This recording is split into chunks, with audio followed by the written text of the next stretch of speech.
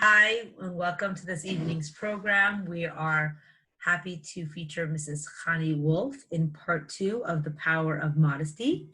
If you missed last week, I encourage you to go to mikvah.org/media, where you can catch up on part 1, as well as all the previous classes that mikvah.org has offered on a weekly basis since Pesach of this year.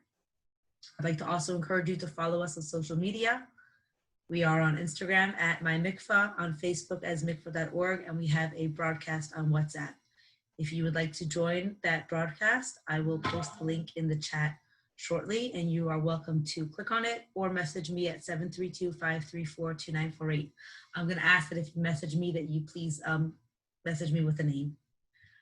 I also want to just mention that next week we will be having a story hour. 12 women, 6 locations, 1 powerful hour of inspiring stories about mikvah. This is a follow-up to a part 1 we had a couple months ago on inspiring stories about mikvah, and we welcome you to join us.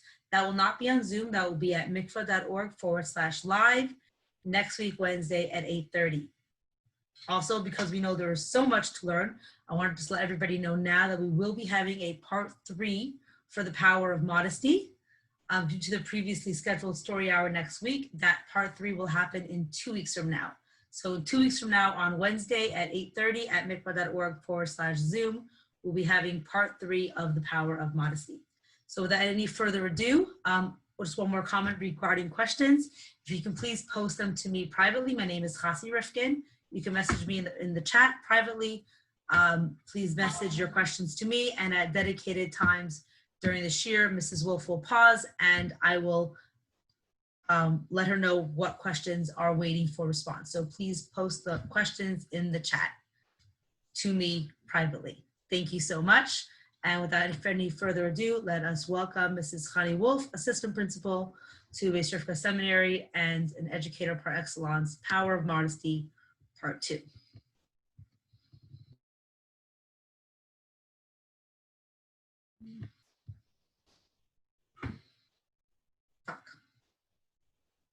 You're still muted?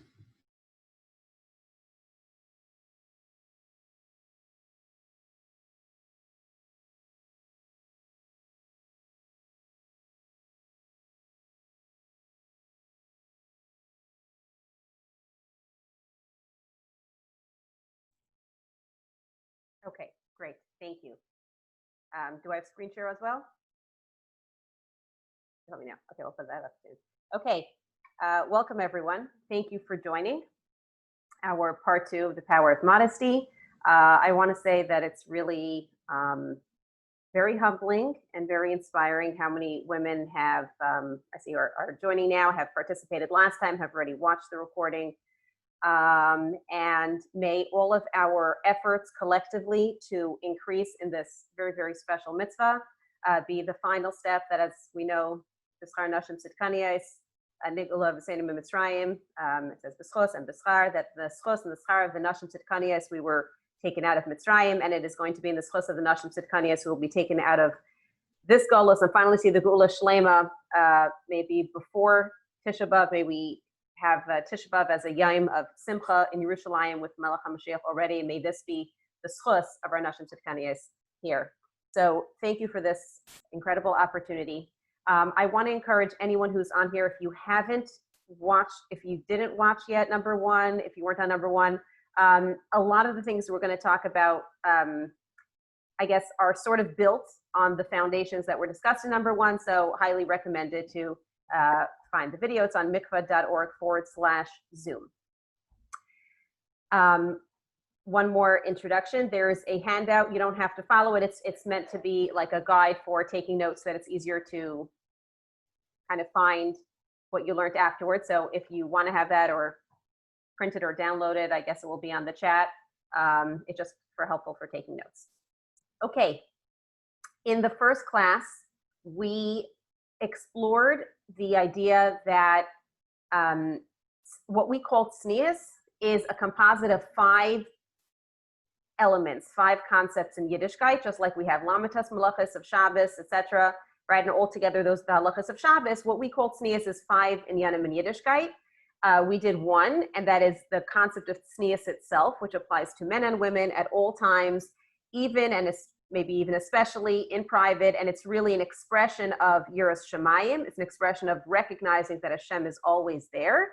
And it also helps foster yiras shamayim. It puts us in a space and an attitude and a feeling that makes us more conscious, respectful of Hashem's presence. And then we began number 2, and that's what we're in the middle of. We're going to continue with today in Mirza Hashem. Number 2 was Das Moshe and Das Yehudis, which, for those who missed it, or just a quick recap, just like Shabbos, Hashem wants Shabbos to be a holy day, and he gives us a framework of like at least a building blocks of how to create that. The same thing is with tznius. There is a building block of guidelines in Torah of how to get us to that kind of sensitivity and feeling that we're aiming for in number 1 of tznius. And those guidelines are divided into Das Moshe and Das Yehudis. And Das Moshe and Das Yehudis are similar, essentially, to the idea of D'Oraisa and D'Rabbanan. So last time we explored Das Moshe primarily, and we're going to look this time at Das Yehudis. So again, this, here we go. This presentation may be L'Iloi Nishmas, Rabbi Chassid Yitzchak, Ben Rabbi Chassid Eliezer Tzvi Zev Zirkand, from whom I learned this concept of the 5 parts of tznius, may be L'Iloi for his neshama. Das Moshe and Das Yehudis. Das Moshe is everything we find in Torah, from Torah, D'Oraisa. Das Yehudis, like we said, is like D'Rabbanan. It's considered in halacha the equivalent of D'Rabbanan, but as we mentioned, it is in a fascinating way the one area where Hashem says the women are going to determine the halacha. We're going to go by the women.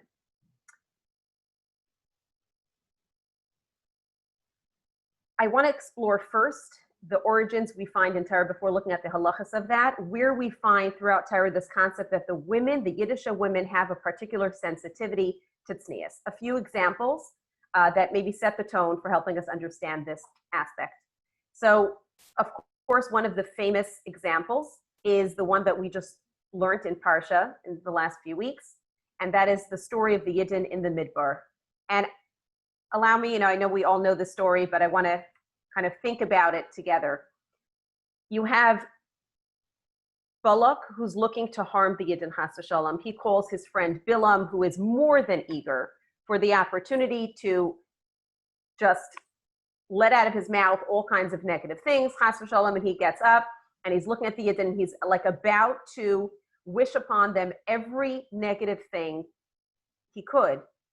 And he notices in front of his eyes, from his perch on the mountain, that there's something unique about the Yiddish camp. He doesn't even see people, he sees tents. And those tents, their position, he could have just not noticed, but it was so glaring that the entrances to the tents, no entrance faced another tent. And he realized this is a holy nation. This is a nation which is naturally sensitive. No one got up and warned everyone, thou shalt not take the entrance to your tent facing someone else. To my knowledge, I haven't seen that there is such a source. But it seems it was like a natural thing that they did. And clearly it was the Yiddish women who did that. They're the ones who set the tones in their home. But the Yiddish families, they set up their homes in such a way that no one was able to look into and notice the privacy, what's going on in anyone else's homes. And seeing that kind of extra sensitivity to tznius, instead of whatever he planned to say, just brachas started coming out of his mouth, and he starts saying Ma tovu oyelecha Yaakov, and he starts praising the Yiddin instead of wishing them harm. And this is one of the sources that has brought about the concept of Das Yehudis, what it means that naturally Yiddin, and especially Yiddish women, have this feeling for what is tznius. And we're going to get back to some of these details. Another couple sources that just set our stage here. You have the story of Rus. Rus is actually someone who became a Yiddish woman. She joined with her mother-in-law Naomi. She said, your nation is my nation. She comes along, says, I'm part of Am Yisrael. And what do we find as soon as she joins and becomes a Yiddish woman? She comes to Eretz Yisrael, And she, a woman who used to be a princess in the palace, is reduced, unfortunately, to a very challenging situation where she has to beg for her food on behalf of herself and her mother-in-law. So she goes to the field of Bayaz, and she's collecting the grain that has been like that's left for the poor people to collect. And there Bayaz sees her, and he's struck by one specific thing. Here's a woman who must have been in tatters. She had gone through this journey. She's Nebuch. She probably didn't look too regal. But she was collecting the grain, and naturally she bends down at the knees so that she doesn't appear in any way to be not completely dignified just by simply doing something basic like bending over to get some more. But she's carrying herself like a princess. She just kind of bends down straight at the knees in this princess way. And he notices that and is so struck by that sneas, and we're taught that this is one of the key things that inspired Bayaz to take her as a wife, and she became the ancestor, right? Her great grandchild became David HaMelech, which is David Malka Mashiach. Mashiach is born from this sneas, from this Edelkrait, this sensitivity of Rus. And of course, we know the story of Kimches, which we're told that Kimches was zeichet to have 7 sons who ended up being Kohanim Gedolim, and the Chachamim came and asked her, what did you do? What's the secret? And she told them, she knew. She says, I was always careful. The walls of my house never saw my hair. And from there, Chachamim praised the concept of tznius and how much it affects the Yerushalayim of the children and what brachas it brings. And of course, there are many, many, many sources brought out throughout Torah, but what we see often is that what Torah is teaching us about tznius is about that extra Edelkrait, that extra sensitivity, the extra dignity that Yiddish women naturally have, that's ingrained in them, that's just theirs because of who they are as Yiddish women. And Torah halacha gives validity and gives like seriousness to this sensitivity and says, this is to be considered Torah. This is like the Rabbanan. This is Torah. The way the Yiddish women acted in the Midbar, the way Rus acted, the way Kimches acted, etc. This is Torah. Torah Milashon Hara. This is to be considered the standard and the guide for Yiddin throughout all generations. So that brings us here. Okay, I want to get back to the Mishnah, which we started looking at last time, which talks about Das Maisha and Das Yehudis, and we explored the Das Maisha part of it. I want to look this time at the Das Yehudis, at specifically what are the examples that are brought, and what do they teach us about, like we said, because we find here in the Mishnah that Das Maisha and Das Yehudis are both considered equally mandatory, ha'averes al das Maisha v'Yehudis, right? They're both considered just as important in halacha. So what are these examples? What do they teach us practically in our own lives? So follow me here in the Mishnah, please. And we have Ezi das Yehudis. The Mishnah gives us several examples. And we'll try to learn some broader ideas from here. The examples the Mishnah brings about das Yehudis are as follows. Yoitz of Areisha Parua, she goes out with her hair uncovered, and we explained last time that hair covering is da'iraisa, but a complete proper hair covering is das Yehudis. Toiva Bashuk, she weaves in the marketplace. We'll look at the Gemara for explanation in a moment. Umedaberesim kaladam, she speaks kind of indiscriminately with everyone. Rabbi Tarfon adds that she speaks not nicely about his parents in front of him, talking to her husband. Rabbi Tarfon adds afa koilonis, someone who speaks loudly. Who is the koilonis? And he explains someone who speaks in her home and her neighbors hear her. Now, what does any of that mean? We're going to look at the Gemara for a moment, and then we'll open it up. So the Gemara explains a little bit more this concept of das Yehudis. Roish of Parua is da'iraisa, as we said, but Yiddish women have always been careful. We go out with a complete hair covering. None of the hair should be uncovered, and we explained last time, as the Zohar discusses, how important that is. So one element of das Yehudis is this concept of complete hair covering that every hair should be covered. And then we continue to some of the other ideas, v'toiva bashuk. So there are two explanations brought in the Gemara for what is toiva bashuk, which I think teaches us a lot about, we'll explore in a moment, 4 principles of, what is das Yehudis. So the two explanations that are brought, Amra Yehuda, Amra Shmuel, b'mare zra'esel livnei adam. That one challenge with the fact that she's weaving in the marketplace is that she shows her arms to people.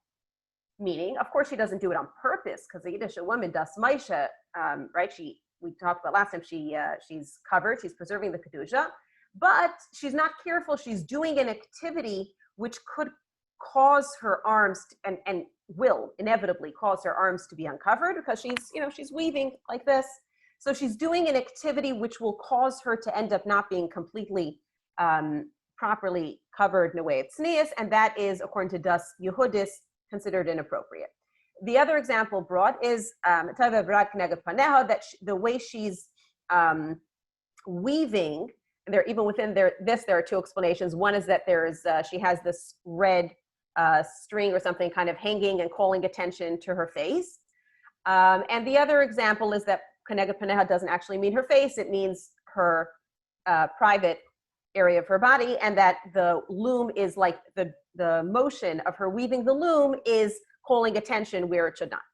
Okay, we'll get to all this in a moment. What does it mean she's speaking with everyone? So Amar Yehuda, Amar Shmuel, they explain that she is chatting, she's hanging out, chatting with all the guys around there. And Rabbi Tarfon explains what is afakailonis, that she speaks about intimate matters loudly and others can hear her. Okay, so that is, right, that's our Mishnah, that's our Gemara. And we understand, therefore, that the fine details, the subtle things, are also part of Yiddishkeit. And before I continue, I want to acknowledge that many of us have this residual, maybe there's like a visceral reaction, unfortunately, for whatever reason. It doesn't really matter. But it just is, unfortunately, too many of what we've grown up hearing, like this is a rule of tznius. This is something that you're supposed to do, and dress codes and things like that. And maybe it was, we didn't understand where it came from. Maybe it was, we felt it was said with judgment. It could be all those things and more. And in addition, of course, Chacham teach us that a woman was created for beauty.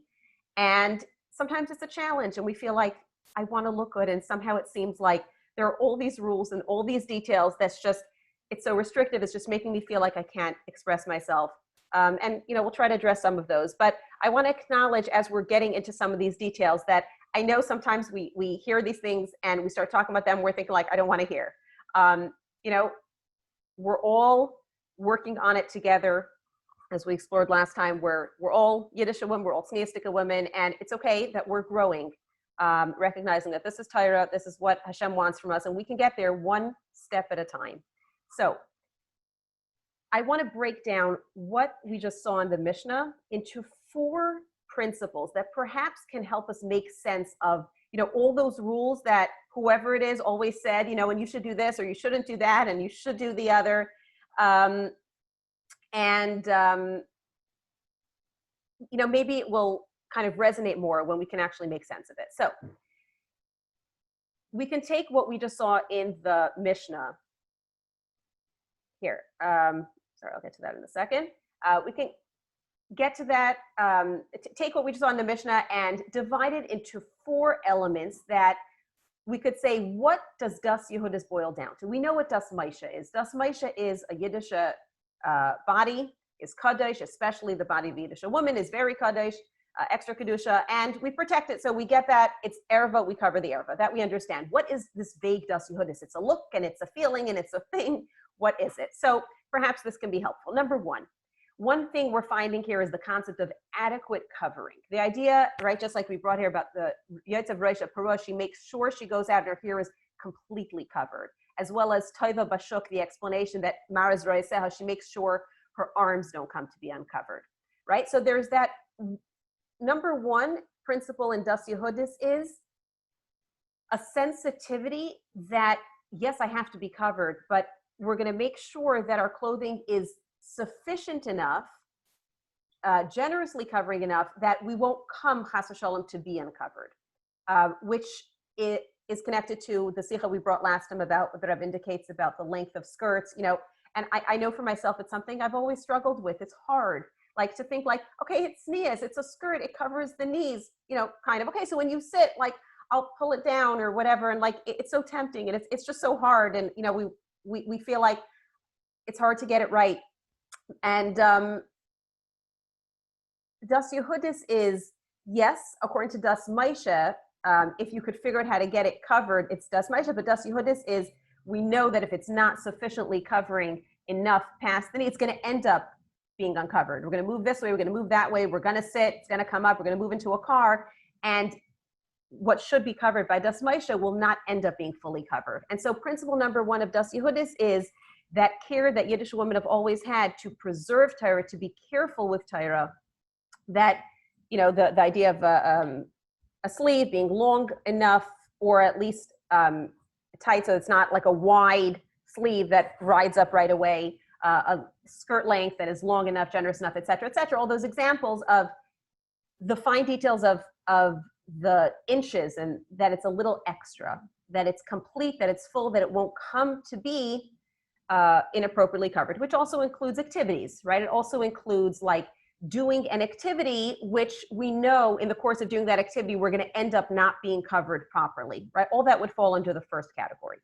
Number two is not from this Mishnah, although we pick it up from the general style. Perhaps the best source for this element of Das Yehudis is the pasuk called Kvuda Bas Melech Pnima, and that is the idea of it being dignified.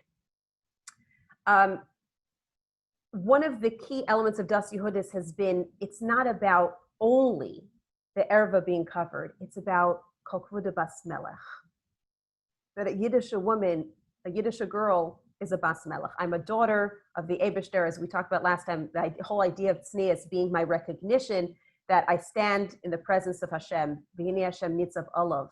And so when I'm in tune with that, right, and really all of Das Yehudis is an expression, an extension of the sensitivity of, number one, tznius Yiras Shamayim. So it's that sense of, if I am a child of Hashem and I represent Hashem in this world, then wherever I go, wherever I am royalty, I represent Hashem. Am I presenting Hashem in this world in a dignified manner? Just like that example we just brought before about Rus, her movement. It wasn't about her coming to be uncovered. Now that would be a different issue if, you know, if she was wearing a shirt and it could come to be uncovered, but that wasn't the point. Let's say she was wearing a dress, right? But she moved in such a way that looked refined. I'm a daughter of Hashem. I'm regal. And because of that, she was zoichet to become the ancestor of Melech HaMashiach. So Kol Kvuda Bas Melech, the second principle of Das Yehudis, is refined dress, dignified dress. You know, often I'm sure we might have encountered in school rules and dress codes this idea of, and I'm not right now getting into what is or isn't mandatory, but, you know, just to develop the sensitivity, whether it's rules about no denim or no words on clothing, or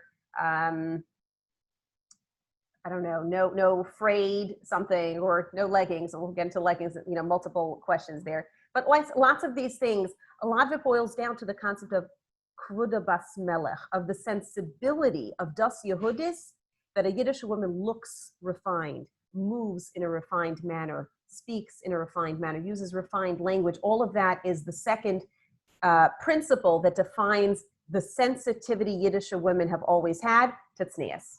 Which brings us to number three. The third principle we find of Das Yehudis, as we can evidence in that Mishnah, is the Tova Bashuk, the other explanation that she is calling attention to her body, whether it's the explanation that it's calling attention to the private part of her body because of like the way she's holding the loom, or that there is like this red string, something kind of hanging there in front of her face, or whatever it might be. So this third principle is the sensitivity Yiddish women have always had to am I dressed in a way that is attractive, but not attracting? Meaning, especially today, I think we're all used to the styles that the world creates, and it makes it so difficult because we really get used to what we see. That, it can be covered. There's kind of clothing that covers a person, but it's calling attention at the same time. Whether it's the color, whether it's the emphasis of the style in a particular area of the body that's like, you're meant to notice a part of the body. So let's pick on nail polish, okay? The whole concept of nail polish is, right, to notice a particular part of the body. Now, if it's like, let's say, a neutral color. So you just kind of notice that the hands look more put together. But then when there's more of a color, you particularly notice that color, right? You kind of like see a certain color standing out. So without, giving rules here, I'm just looking to explain the ideas. You have this idea that you can have, you can be calling attention to a particular part of the body in a certain way. So let's say I have like a t-shirt I'm wearing and it kind of ties at a particular area, right? So it's like calling attention maybe to that area of the body, to that location. Let's say I'm wearing tights that have all these patterns, right? So you're going to notice when you see me, you're going to kind of notice the tights, you're going to notice the legs, whatever, right? We can give many, many examples of that. And then of course there'd be activities, which would be the same thing, right? There are activities that would call attention to a woman's body, especially let's say the movement of the body. So let's say I'm biking or rollerblading or something, right? So what would happen is it might be considered an activity that is calling attention. I'm just looking to illustrate some examples of what that could look like. So the third principle would be that I'm dressed in a way that looks pretty because I'm a bas melech, and that's so important. And yet there's that sensitivity that at the same time that I'm looking to look nice and look dignified, but it's not to a point that you notice something specific. The most helpful thing that I found in really trying to get the difference between these two is, let's say I'm walking down the street and you look at me. Are you seeing a person and you're like, oh wow, she looks good, right? She looks regal, she looks nice, she looks pretty. Or are you looking at me and going like, wow, she got new earrings. Wow, check out that sheitel. Oh, I see tights, I wonder where she got them. Or like from half a block away, you see my shirt specifically, or whatever, an example like that. In other words, is there something specific that's calling attention, drawing attention to like, look at this part of my body, look at that part of my body? Or is it, you look at a person, you see a whole person that their whole style just kind of comes together in a pretty way, and it complements their features, complements who they are, and you see a beautiful person. So that would be the concept number 3, that it's not calling attention to anything specific. Look at this part of me, you just see me, and I look like a bas melech. And the fourth idea that we see here in the Mishnah is the idea of medaberesim kol adam and hakailonis, that she is, that she's chatting with everyone and that she is speaking about private things in a public manner. In other words, the specific examples the Mishnah is talking about are that she's chatting with the men and that she's speaking about intimate matters loudly. That this very specific example brings that she's speaking in her home to her husband about intimate things, but she's speaking so loudly that the neighbors can hear what she's talking about. Now, it's true, there are probably apartments like that, these days too, where you could, I remember being in seminary in Eretz Yisrael and you could hear everything. So I really felt bad for anyone having shalom bayis challenges. You could hear every argument through the walls. Probably happens here too. So I like hearing noise. That's probably still a concept, but I want to broaden that and help us look at what is the principle we learn here from the Mishnah. Is the idea of reminder, based on last time, that the context of this Mishnah is we're talking about a woman who halacha considers to have really breached the trust of a Yiddish marriage. And one of the concerns that is brought up here in the Mishnah that might have done that is that this Yiddish woman is undermining the privacy, the dignity, the kedusha of her Yiddish home, her Yiddish marriage, by sharing what should be private with others. And that really has a lot to do with all the other things we just shared, right? Just like number 3, she's calling attention to something that should be private. Even though it's covered, it's kind of still being exposed. Even though it's technically covered, you're kind of drawing attention to it. It's really all the same idea, is sharing what should be private. So this takes it beyond, this example is beyond the technical clothing, but a manner of behavior and speech. Again, the same idea, sharing what should be private with others. In this particular case, she's talking about something no one should hear about and not being careful enough that it isn't shared. Maybe this is my particular feeling. I'm just going to put it out as a suggestion. Perhaps we could say that an application of that today would be sharing private things on social media, right? Or putting something out there that should remain private. No one should be privy to it because it's Kedusha. It's between me and my husband. It's our personal, private, holy space. And I'm allowing other people in, like this woman, that kind of, they end up hearing about it, which undermines the power of the Kedusha between the couple. So in any way sharing, verbally or otherwise, what should be intimate is considered as well an element of das Yehudis, that it's inappropriate. So to summarize, what really we learned from the Mishnah and the Gemara about what is das Yehudis, what does das Yehudis teach us? We have the idea of making sure that the clothing is not just technically, officially kind of covering the inches when I stand in a certain position, but that it's completely, properly, adequately, properly covered so that it won't come to be uncovered.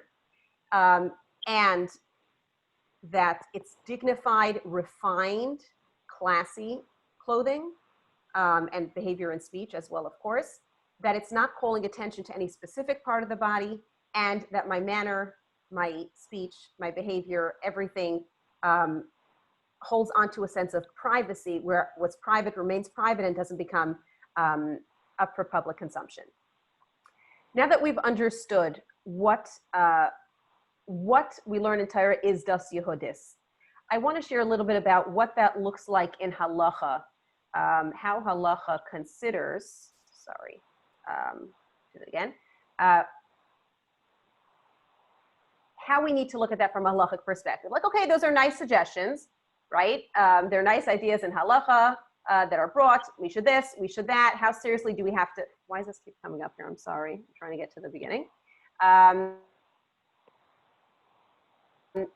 How seriously do we have to take any of this in our day-to-day life? Okay, 1 second. See if I can get this to start from the beginning. Apologize. There we go. Okay. No, is it still showing my principles of das Yehudis? I'm trying to share from the beginning and I'm having trouble here. Oh, okay, great. We got it. Sorry about that. Okay. So let's look a little bit at what does that mean for us. We hear these beautiful, inspiring ideas. The Mishnah is talking about das Yehudis. We have these suggestions of what das Yehudis looks like, but who says I have to keep any of this? And anyway, who decides what is the das Yehudis? What applies? Who made up this? Who are these women who just decided we don't do these things? How did they come to this recognition? How did they make them up? Why did they make them up? And why do I have to keep them? So first of all, we talked about Matov Yaakov. The first thing to understand is that all these things that we're talking about, that the Mishnah is describing as das Yehudis, are the way Yiddish women always naturally behaved. It was intuitive to the point that, as you see about Bilam, he's looking at the Yiddin and kind of, they all just set up their tents that way. The Rebbe talks about Shloimis Bas Divri, that Shloimis Bas Divri, her name is pointed out with the unfortunate situation that happened in Mitzrayim, that she's called Shloimis Bas Divri because she said shalom too much, talk too much. Chatty, as we talk about this woman, that she's Naberesim Kol Adam, and unfortunately it had negative consequences. And the Rebbe points out something incredibly positive. We point out her name not because we're looking to put her down, but to mention there is one. There were millions of Yiddin in Mitzrayim, millions. And there was one woman who, in a well-intentioned way, was just a little bit too chatty. which is an incredible thing. It was just natural to all Yiddish women. These things that we just discussed, these principles, this is how we live. This is how we dress. This is how we speak. This is how we behave. This is a sensibility. We all do this. It was always, once upon a time, it was universal. And then sometimes it happens, unfortunately, that which used to be universal, that which used to be understood by everyone, starts to have some sort of breakdown. And we're told actually that that Moshe Rabbeinu was shown a vision of the generation before Mashiach comes. And he saw our generation and the challenges we're going to face. And it says Moshe Rabbeinu was humbled by our generation, the generation before Mashiach comes. And we've seen other sources that one of the challenges specifically before the coming of Mashiach is going to address levush, specifically clothing, that this is, the Idin in Mitzrayim fell very, very low, but what they hit the 49th level of Tumah, and they didn't fall into the 50th level because that would have been unfortunately too problematic. And Hashem saved them before they got there. What was the 50th level? Unfortunately, the challenge related to dress. So there are many things brought about that this like kind of very, very deep challenge, which targets, like we're talking about, essential ideas in Yiddishkeit, Yiras Shamayim, and we'll talk about more. It's so hard because we've been put in a generation where this essential idea is being targeted so much by the forces that are looking to stop Mashiach from coming. And of course, it's not going to win out that way. So the fact that we're here, that every single woman who's on here is on this Zoom, we're going to be listening to this recording, caring to upgrade our level of tznius, is taking that huge challenge that clearly Moshe Rabbeinu was humbled by, and saying we're rising to the challenge. This is why Moshe Rabbeinu was humbled, because we're taking a challenge that the Yidden wouldn't have been able to overcome if they'd been given it in Mitzrayim, that has been given to us to prevent the Gula coming, and we're working to overcome it. And there's not, just think about Moshe Rabbeinu being humbled, I think is an incredible thing. And so we're put in a generation where the things that used to be natural, it was universal, it was normal, everyone understood these things they're just refined.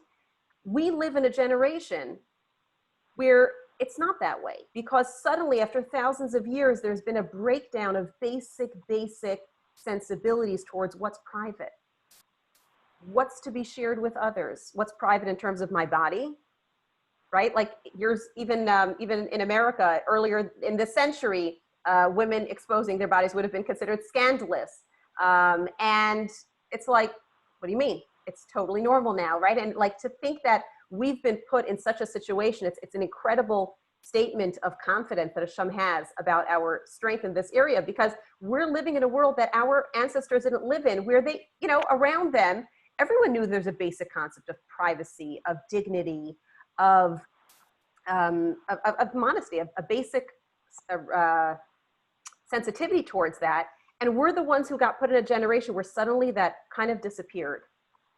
And so we're given the incredible opportunity that really no generation before us of Yiddish women has been given, to work to regain it from inside, not because we just naturally have it and it's never been tested, not because everyone around us has always done it, maybe even not necessarily because our family members before us have done it. We might look around and like, this is not how I was raised. And for the first time, we can kind of find it within ourselves, grow from inside, from really our own bechira chavshis and our own learning, and looking to regain that sensitivity. So the first thing to recognize is there's probably something we're missing, and it's all of us, myself included. We're all living in this generation where there are things we don't get, and it's not our fault. We're just living in a world that doesn't get it, okay? But it used to be once upon a time that all Yiddish women had this, okay? Which brings us to the story which brings us to the Mishnah, Avos Perek Aleph, Mishnah Beis, Asu Siag LaTorah.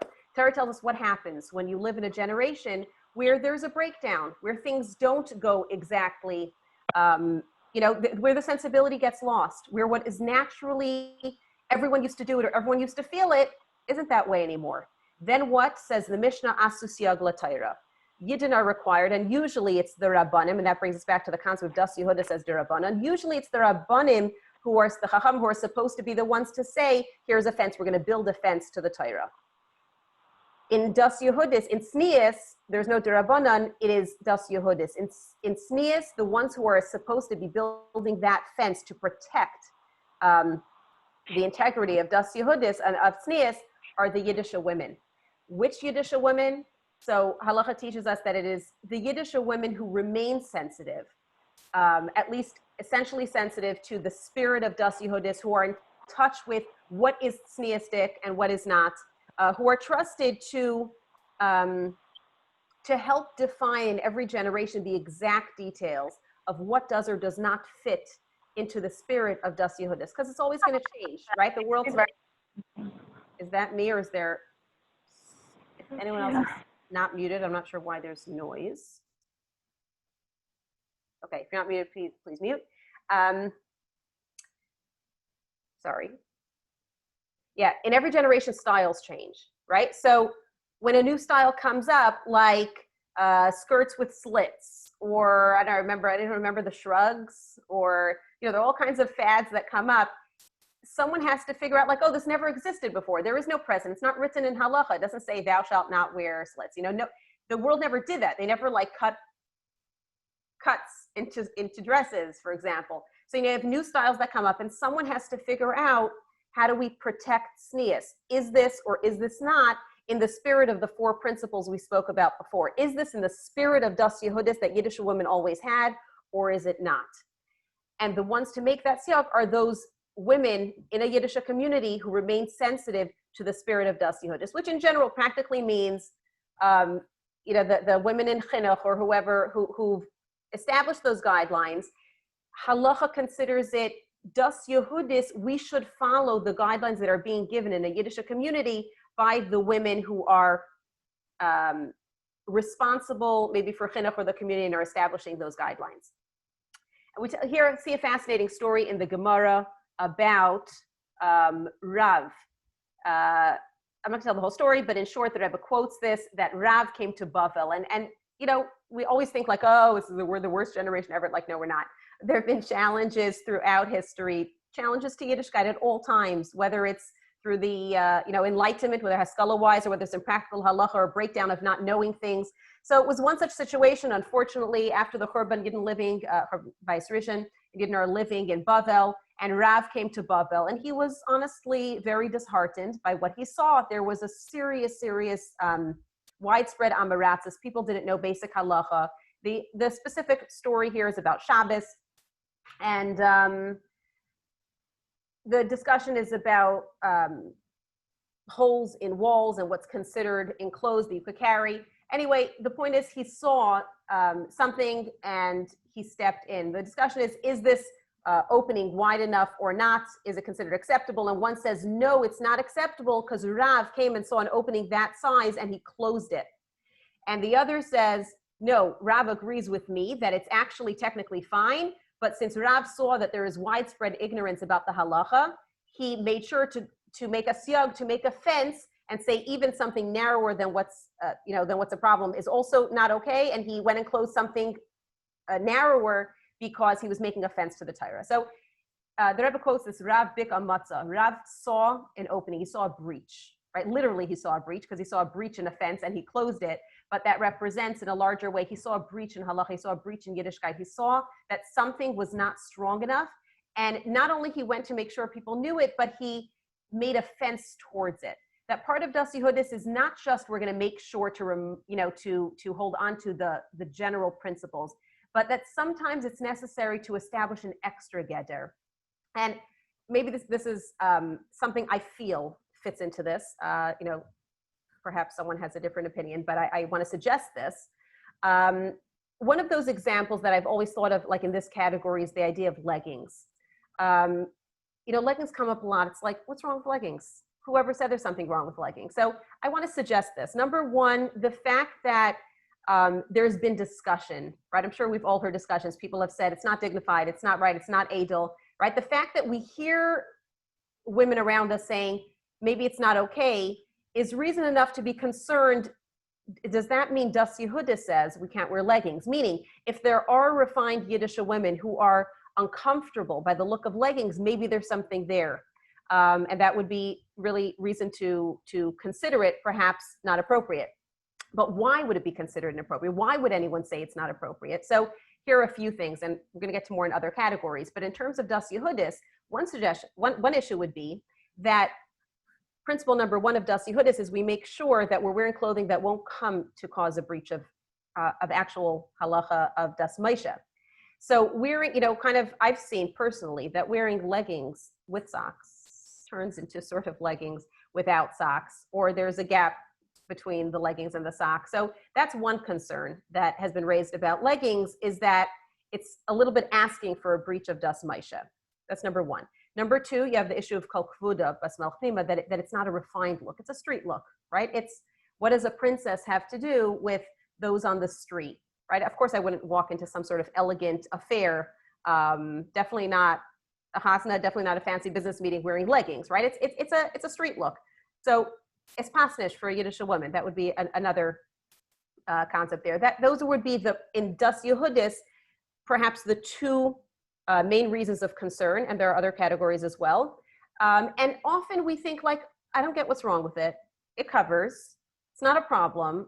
Why are people dumping extra things? And as we see the story of Rav, Bika Matzah, sometimes there's a breach, and it's necessary not to go back and say, okay, you know what, like, let's relax. Let's try to go to what we can actually do and make it easier. But rather, Torah tells us, actually go more. Try to establish an extra fence to protect, because once the initial fence is breached, unfortunately, it just leads to further breaches. I'm sure we're all familiar with the story of the Yiddish woman who came into a store and asked for a siddur with many, many mefarshim on the margins.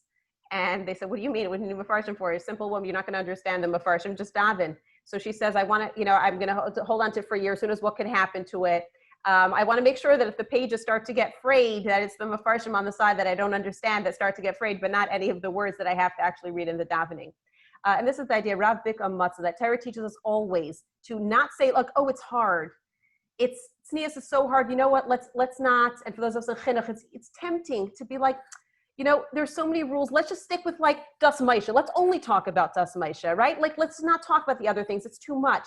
No, the opposite Torah teaches us. When there's a challenge, we actually need to take on an extra level and say, we need to really, really protect this to kind of fix the breach. I'm going to take questions in a moment when I finish this category. I want to get back to this 1 second.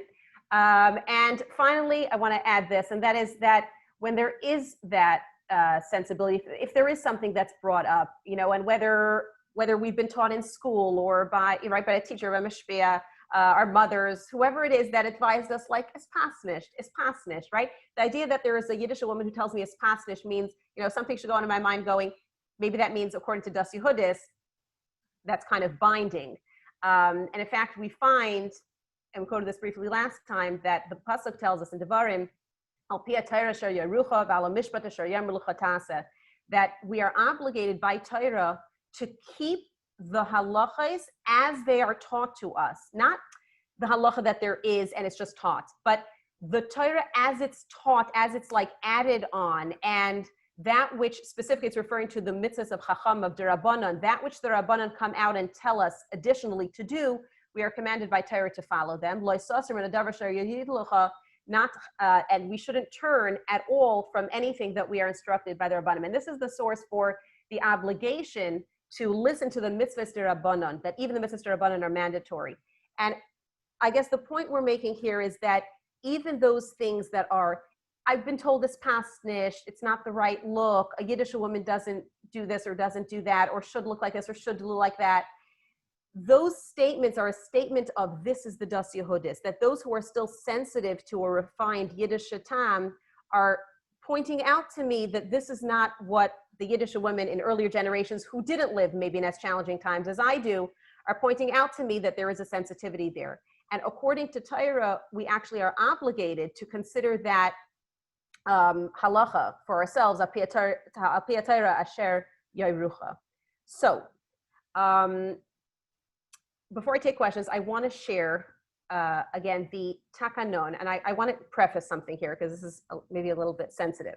This is a takanon, a set of guidelines that was put together in the spirit of Das Yehudis by a group, a committee of Neshei Chabad, by women in Eretz Yisrael, Lubavitcher women, under the guidance of Rabbanim, and it was approved by Rabbanim. But this is an expression of both the Das Moshe and the sensitivities that we just discussed, the 4 principles of the sensitivities of Das Yehudis, as defined by a group of Lubavitcher women in Eretz Yisrael. Now, that certainly means that in Eretz Yisrael, all of these details are considered binding in halacha, according to what we just discussed.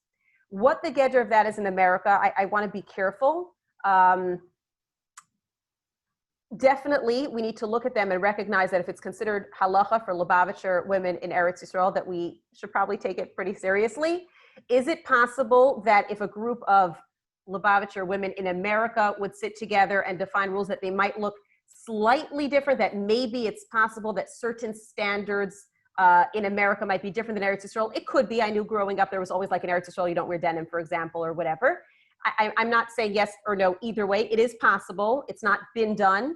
All I can do is share with you what has been created in Eretz Yisrael, and perhaps at least that can serve as a guide for us to get somewhat of a sense of was passt and was passt nicht. So that brings us here. 1 second. Okay. I'm going to just do a really, really brief overview of some of the points that are brought here. Again, they're a combination of Das Moshe and Das Yehudis. So they bring here that in the spirit of Das Moshe as well as Das Yehudis, not only, of course, should one actually be covered. I'm not going to get into the things that are Das Moshe because we did them last time. It's not appropriate, according to Das Yehudis, to wear clothing that is writing, kind of, I'm an advertisement or I'm a walking advertisement. I'm a bas melech, as pasnish. The color red, which we're going to get to in another category as well, but anything that's specific, any bright, red or any other bright color that's especially bold and noticeable, right? That doesn't kind of blend in an organic way. Anything very tight, anything that is cut in such a way that it emphasizes a part of the body, any type of jeans they write here. Again, notice how, and I think it's interesting if you go through this, I'm showing it in Hebrew, you look at them, and when you're thinking about the 4 elements, the 4 principles of Das Yehudis, we can start identifying like, oh, they're saying this is inappropriate because of that principle. They're saying this is inappropriate because it doesn't fit with that. As per the Mishnah, it becomes easier to understand. I'm just going to do this really, really quickly. Sleeves that cover the elbows at all times. The collar always closed, as we discussed last time. Clothing that is wide enough and not sheer in any way. Long enough so that whenever we lift our arms or bend down or whatever movement, whatever has to be covered is covered. That's the shirt. Skirts covering at all times, wherever we're sitting, even when we're moving, it should be long enough to cover in that way. Which is defined here as at least 10 centimeters under the knee. As the Rebbe writes, that knee, we brought this last time, that skirts that cover the knee in all positions is the minimum. Here they bring the idea of not longer than the ankle, right? It shouldn't be like dragging the floor and have that kind of undignified look. It shouldn't have a slit. Again, what's the idea of a slit, right? Like, I remember the anger personally when like, hello, what's they making things up, right? Like, we're all like, where's this, like, who just made up halacha about a slit? So the idea of a slit, for example, is like, it's a great example of how Das Yehudis evolves, right? It never existed. And then there was this new style. They started cutting skirts. And those women who were sensitive to tznius looked at it initially and kind of recoiled, like, like that feeling you get when you first look at something and then you get used to it. But that initial impression, you look and say like, oh, that's, that's press. That's obviously meant, it's not like a short skirt. It's meant to call attention to a part of the leg, right? Like it moves, it comes in and out, like that's kind of the intention. So it's specifically calling attention to the legs. If it has a zipper, it should be Adel, it shouldn't be like some massive noticeable zipper. I want to explain everything here for those who, oops, don't understand the Hebrew. I just lost that. Okay. Obviously it should be high enough that it's not, right, as soon as we're bending, that the skirt's coming down or reveal something, right? Again, notice that like first principle, it shouldn't come to be uncovered in any way. What's this? Right, we discussed leggings last time, so I'm not going to get to that. They point out shoes, for example, right? They should be refined shoes. They shouldn't be too something, whatever, right? Think of all different examples. It should just be a refined look. The look of the hair. Now we get into my funnest. I didn't get in trouble until now. Here is my absolutely funnest conversation to have. So I want to just put this out there. I know that this is one of the most sensitive topics. And I want to acknowledge, remember the story last time about the Shabbos Yid. We are all Shabbos Yid, we're all Chanie Yidden, and it's not an all or nothing proposition. Like, if I can't do this, I give it up. Everything matters, okay? I want to explain something that maybe often we're uncomfortable getting into and explaining. But the fact that we don't talk about it means we're just left kind of unaware, and we really want to do the right thing. So where's the sensitivity of, I'm sure we've all heard the idea of short shaitel. I'm getting to questions in a moment. I'm just going to probably address many of them as I'm sharing right now, and then I'll stop. Okay, so the length of hair and the length of shaitel. This is one of those examples. I remember when I read a book, I'm trying to remember what it's called, maybe Alone in the Forest or something. As a girl, I read this book of a Holocaust survivor, a woman who survived in a miraculous way in the forests and amongst the guy in Poland and Germany. And she described, I remember that she describes at one point how she was traveling and she had to hide and pretend that she's not a Yid. And instinctively, she had blonde hair. So she says, I unplaited my hair. I put my hair down because all the Yiddish women always plaited, they always braided their hair. They always had their hair put together up in braids and buns. And she opened it up so she should look like one of the not Jewish girls, and she should be able to pass for a Polish or a German girl. I remember reading that, and it really struck me that it used to be this sensitivity, that kind of open, loose hair was considered, not refined for a Yiddish woman, not the Das Yehudis.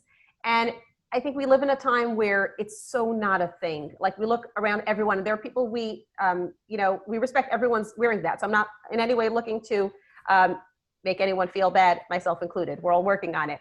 But it's a sensitivity, I think, that's been lost because it's not a concept at all. So the idea really is going back to thinking, like, in previous generations, would they have considered this appropriate?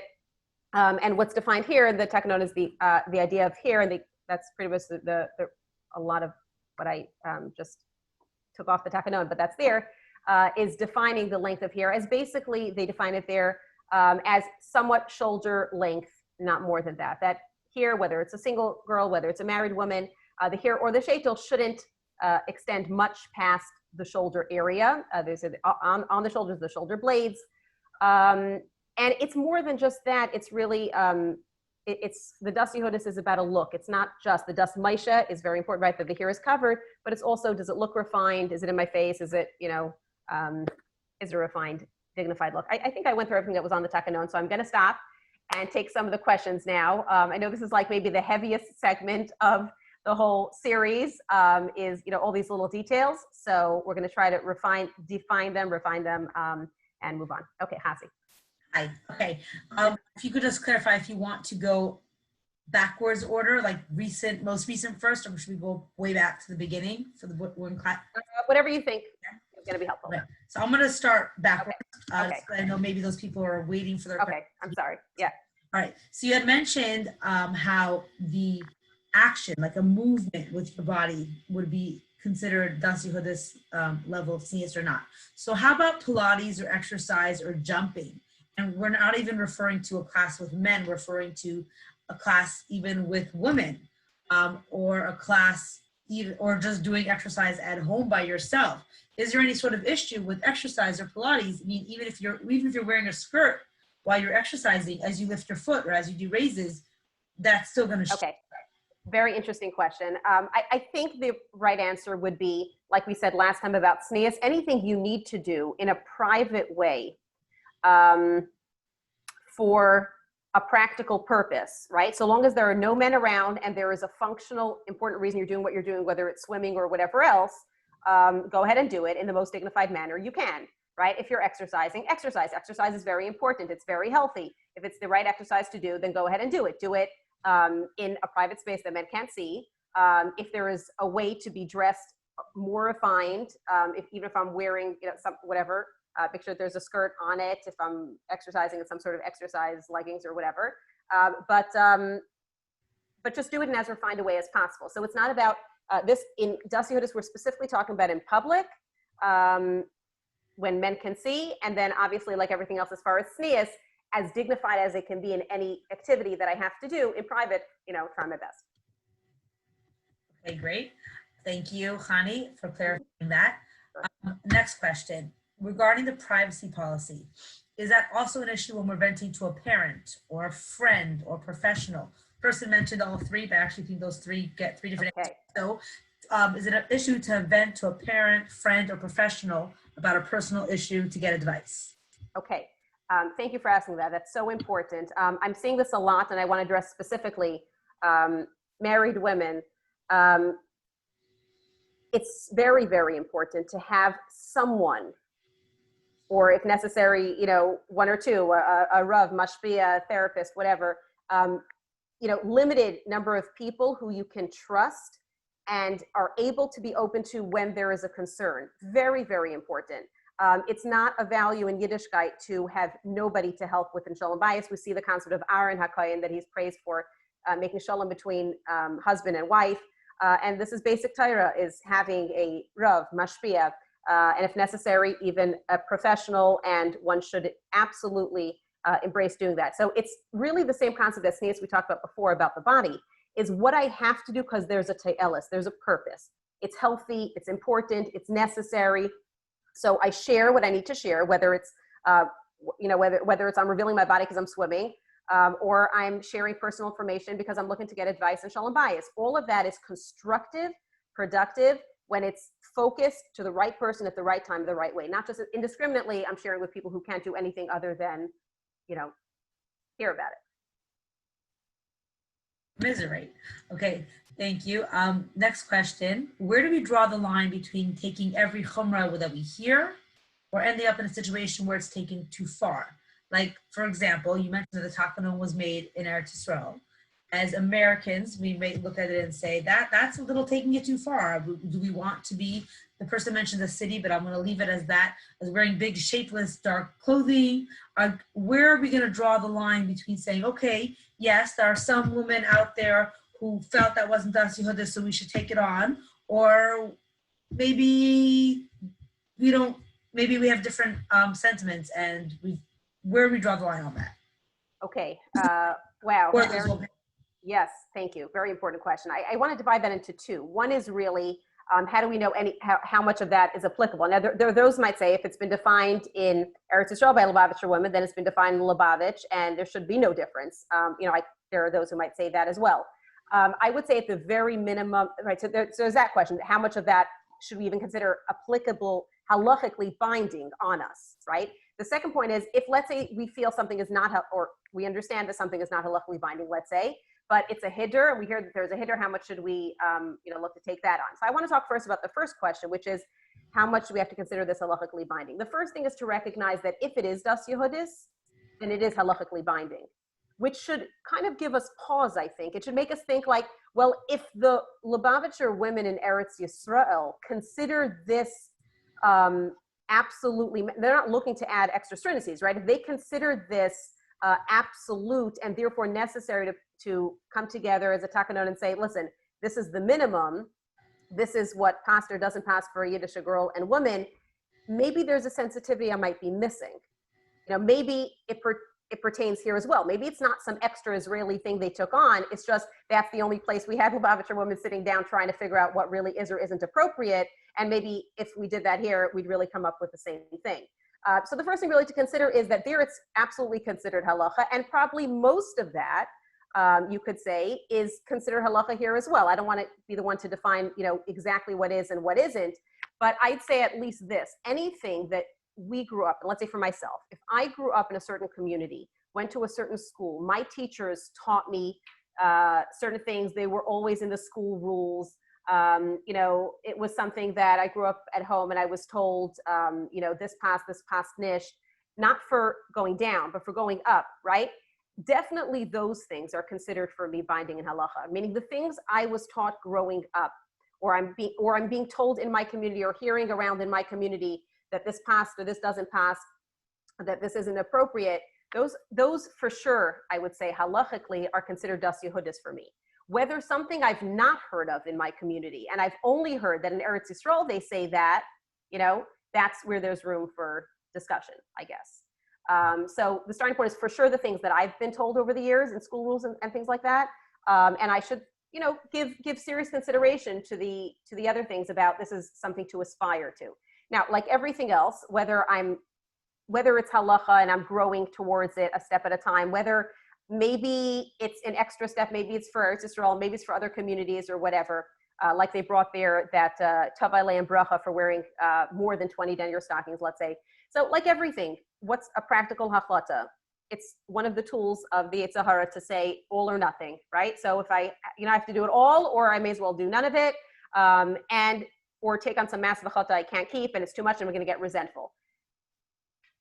Growth is, you know, take on the things that I can determine are definitely binding. And again, definitely binding includes is das Yehudis. So anything I could be determined to be das Yehudis for me is binding, but take on a step at a time, one step, another step. And often the question falls away. Once I've developed enough, kind of a lot of the other things start becoming more natural. Okay. So what would be the problem with denim is the next question. Okay. So thank you. The sensitivity about denim is really going back to the 4 principles of das Yehudis are that a Yiddish woman looks refined, looks dignified. And denim, as the look of denim, has always been considered like, you know, worker man clothes. So we'd say that would be great. You know what I'm saying? Like not refined clothing, but sort of like they were developed to, you know, I believe for like gold miners or whatever. You know, it's that kind of look, and it's fascinating for a bas melech to kind of have that street look. That's where it came out of. I guess that would be the explanation for those who are looking to understand it. Hasi? Yes. Sorry. Yeah, sure. Okay. Is it preferable to wear black tights over 20 Denier pantyhose? I haven't seen that. I don't know. There are some communities that don't wear black tights. Right. They don't wear it because of fashion. That's a fashion. We're going to get to fashion in another category. It's a good question. I don't know the exact answer to that, so I don't want to make something up. Easy question. Is the tapenade available in English? Yes, I do think that one of the things there wasn't translated exactly accurately, but yes, I will. I'll send it to you to have posted. It's been translated. Mm-hmm. Based off the last class, besides that Hashem is everywhere, if there's a non-Jewish man worker or old men around, is that still the same issue of tznius? Because some of these halachas are coming from men not being able to say Shema. So if it's a non-Jewish man or older man or someone not saying Shema, do all those still apply? Right. So I guess we'll talk about men, and maybe let's leave that for that. There's a whole category about the issue of tznius and men, and maybe we'll address it at that category. Okay. Could something become okay if everyone does it? Meaning if everyone now has hair out and everyone has their hair long, does it now become something that stops calling people's attention on the street or something like that? Or maybe now everyone wears leggings so it doesn't call attention, etc. Okay, wow, that's a heavy question. It's actually pretty complicated because there's no question that there are some things that have come to be considered okay. One example would be makeup. There's actually an answer from the Rebbe about, I believe when the Rebbe came out with the Mitzvah Neshek, and there's a girl who wrote to the Rebbe that like, it's not our minhag. You know, my grandmother didn't do that girls, even girls who are not married, light Shabbos candles. I hope I'm getting the story accurately. So the Rebbe responded in a note, your grandmother also didn't read newspapers and also didn't wear makeup and also something else, I don't remember. So it seems that the concept of makeup, for example, is something that used to be considered less appropriate and has come to be universally considered regular and dignified. So I think that would be one example of like, there are some times that things change around like the entire society. There are other things which, let's say, for example, pants, that it used to be considered totally inappropriate. Rabbi Zirkind, Alav Shalom, who I dedicated this to, shared an example about how we see the issue with pants, that it's brought in halacha, another concept of tuma, mentions the merikav, the riding, what do you call it? The thing you sit on when you ride, I guess the saddle, that men sit on, but it doesn't mention it when it comes to women. Basically, it's like not even a concept, her sitting on a saddle, so we don't even mention that it could have become tummy. And why? So the Mefarshim explained, because prisas raglayim, because separating the legs is not appropriate for women.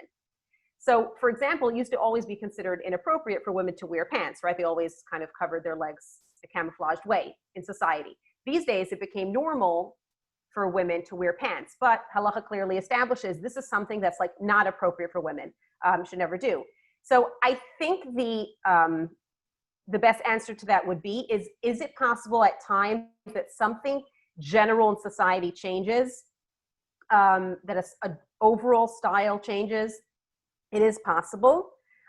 Much of the time, it is not in a positive way, and it's just that a standard has gone down and it's still essentially inappropriate. And the way I understand it, it's the responsibility of Das Yehudis, it's the responsibility of refined women in every generation to make that distinction, to kind of get together, really discuss it, and figure out like what's just, the world is different, but it not necessarily in a bad way. It just, you know, everyone used to wear long dresses, and it's a different kind of style. Used to wear kaftans, you know, men used to wear these robes and kaftans, whatever, right? It's just a different world, but it's not a bad thing.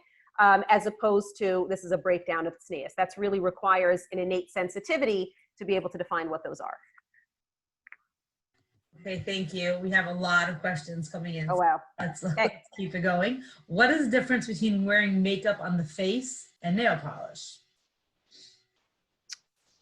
Okay, so even makeup on the face has to be tzniistic, according to Das Yehudis, meaning even there, if there is a concept of makeup, there is still an Indian and Yiddishkeit of what it is. So there's an Indian of tznius of not calling attention to the face either, meaning anything specific. So let's say bright something, right, specific that you particularly notice, a feature, the mouth, the eyes, or whatever, is really the same thing as nail polish, essentially. It's just that, you know, kind of like the same thing about clothing. If it breeds into an overall dignified, pretty look, that's one thing. You know, if something specific stands out, glaring, you know, dark mascara, whatever, and you kind of like, you know, you see that and it's bold and it's staring at you, you know, then you really have the same question as dark nail polish. Okay, thanks. Is it considered more tznius to be wearing black specifically? Like, is that something that's mentioned in Shulchan Aruch or in Das Yehudis or on the Takadon? Okay, it is. We'll get to that in number 3, but that doesn't actually mean in practice we should all walk around wearing black. Meaning there is something brought about black, and we will discuss what that applies to. Okay. To what extent? Yeah. Okay, thank you. A follow-up to the question about exercise. When we talk about being as refined as possible, so is it okay for a woman to run in a marathon? It has a purpose, it has a toilet, so the woman will be as tznius as possible. So is it okay? Okay, let me just say this. Toilet means she needs to, not it's needed for someone to do it. Right? There's a personal need for her, and it doesn't breach tznius in public, which means even if she needs to earn a parnasa and weave, right, go back to the Mishnah, that doesn't mean it's appropriate for her to weave in the marketplace because men see her, right? We're talking about that in private. Like there's a purpose in private, but the fact that there's a purpose and a reason for me to bike doesn't make it appropriate for me to bike in public, right? I might need to figure out how to do my exercise without men seeing. I think that would be the answer. Okay. Who are the women in Eretz Yisrael that compose the Takanon? Is it from all the communities in Eretz Yisrael, or is it from one community that wrote it all? And is it accepted by all the communities? I understand it's Neshei Chabad in Eretz Yisrael. It's not one specific community, and it's been endorsed by the Vada Rabbanim of Lubavitch in Eretz Yisrael. So it's definitely binding in Eretz Yisrael, and should definitely be very informative and illustrative for us about, you know, what to think about here. Okay, the next question, I'm not even sure is a thing, but I'm going to read as it says it. Is there a problem wearing mid-calf cotton socks on top of tights? I guess I'm thinking like, if let's say you're putting on a pair of sneakers and they're not comfortable with tights, is there a problem to put socks on top of your tights if no one knows the difference, I can't imagine why it's an issue. Is there an issue with wearing bobby socks and you see bobby socks and sheer tights and you think it's the leg? That yes, but like if no one knows the difference, I mean, some gives a. Oh, socks on top of tights, yes. Socks on top of sheer stockings, no. Is that? No, it's just short. If it's short socks and you see, right? If you can see that like you're wearing bobby socks on top of the tights and you kind of know, you see the difference between the two, that doesn't look very dignified. And also you could come to think that you're not wearing anything underneath. So you might have concerns with short socks. You're wearing long socks and no one knows the difference. Unless you're wearing a short skirt and there's that breach, then maybe you have the same concern there as well. That's what you're asking. Piercing a halachic violation, a second piercing in your ear, or a nose ring. Okay, so I don't want to say what halacha is, but let's just say this.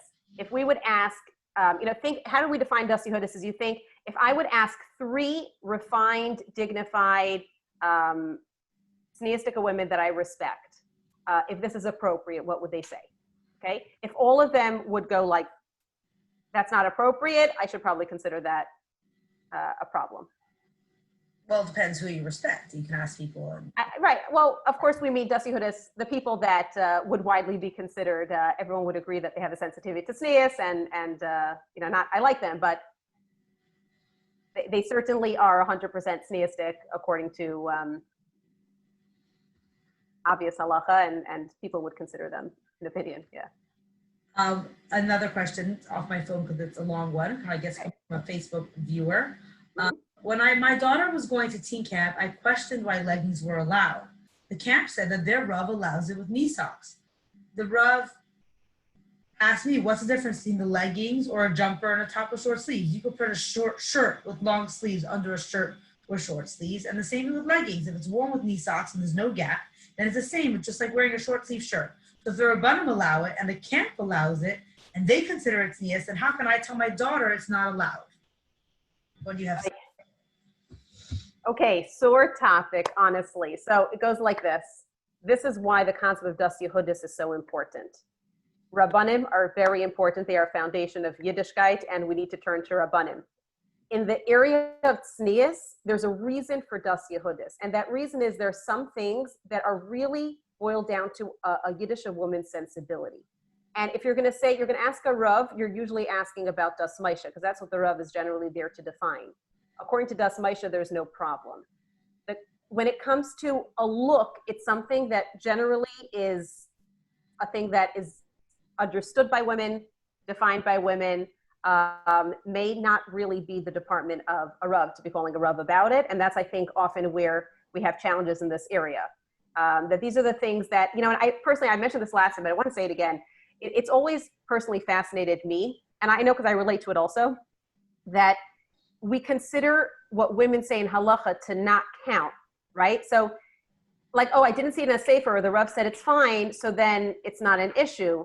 But then we'll go ahead often and complain like, all the halacha is made by the men and Torah doesn't respect women and I can't be a yoetzet. So I think it's really important that we kind of reframe the discussion and think often as like, these fine details are supposed to be defined by Hasidic women, by refined Yiddish women. A Rav might say technically it's allowed, but that doesn't make it in the spirit of tznius, and halach considers the spirit of tznius as defined by Yiddish women to actually be binding. So I think we just need to have a different conversation about that. I don't know if that answers the question. If you want to know practically what's wrong with it, what I think is wrong with it anyway, is that obviously there's a difference. And, I remember when the short sleeves came out. And I remember that at first they were considered inappropriate. And to a certain extent, I think myself, I think we've all, maybe I will talk for myself. I think I've lost a little bit of that sensitivity to the short sleeve thing. That if I'm wearing a short sleeve t-shirt and there's a t-shirt sticking out, like, is that refined? Is that Edel? It's not either, right? That's also not particularly refined. Now, there might be a difference between I'm wearing like a pretty top with a cap sleeve or something, not everything's the same. You have to be a woman to get it, right? There is a look and there's a look. Leggings are not just the fact that something happens to be sticking out. It's clearly leggings are not refined clothing. It's a street look. There's no way to dress up for a chasna with leggings. And additionally, of course, we'll get to other things, that issue of it being pants, it appearing like I'm looking to wear pants, that's another category completely. There's another question which actually leads to what you just said, but let's just backtrack for a second. When we're talking about street clothing, leggings being street clothing or denim being street clothing, isn't there a concept that we do not always need to be not wearing street clothing? Meaning not everything that we wear can I wear it to a chasana? My t-shirt can be perfect and I still won't wear it to a chasana. Right. Okay. Thank you for clarifying that. What I mean by that is not that it's like, if you're cleaning for Pesach, please don't clean in a chasana outfit, right? So, right, there are things that you're just, even if you're just at home, there are times you have to wear simple, comfortable clothing. But there's refined, comfortable clothing, and there's the kind of thing that just doesn't pass for someone who is dignified. In other words, imagine there would be like a Rebbetzin that I respect, and I would see her wearing XYZ, right? In this case, leggings or something, right? With like a short skirt on top of it or something. Like a particular item of clothing, and like picture someone I respect wearing that, would I consider that, appropriate? So it's not about it being casual as much as even within casual, there's a refined casual. And then there's the kind of thing that like, it's not for dignified people. If that explains it more clearly. Okay. Would leggings, that's the next question, which you briefly mentioned it a few moments ago, is would leggings also fall under category of pants, or because you can wear leggings?